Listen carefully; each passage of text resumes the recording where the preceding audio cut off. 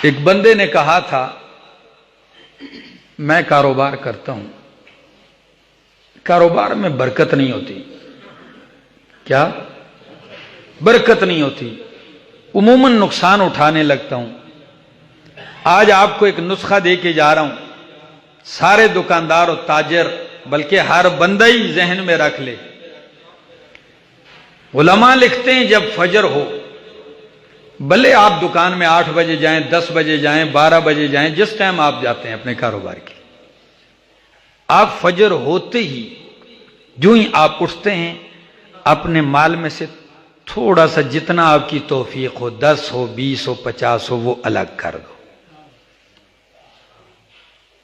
اور اس کو جو ہی آپ الگ کر کے کہو گے کہ یہ آج میں نے اللہ کے لیے دینے ہیں۔ یہ کس کے نام کے ہیں؟ یہ اللہ کے نام کے لیے ہیں۔ پھر کاروبار کرنا، آپ کا کاروبار چمکتا کیسے ہے؟ آپ کہیں گے یہ حکمت کیا ہے؟ اس میں حکمت بتانے لگا ہوں حدیث سے کہ جب صبح ہوتی ہے 2 فرشتے اترتے ہیں، جو ہی صبح ہوتی ہے 2 فرشتے اترتے ہیں۔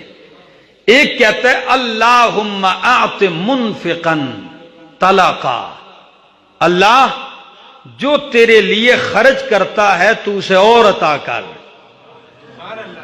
ادھر فرشتے کی دعا ہو رہی ہے، ادھر آپ نے پیسے الگ کیے ہوئے ہیں۔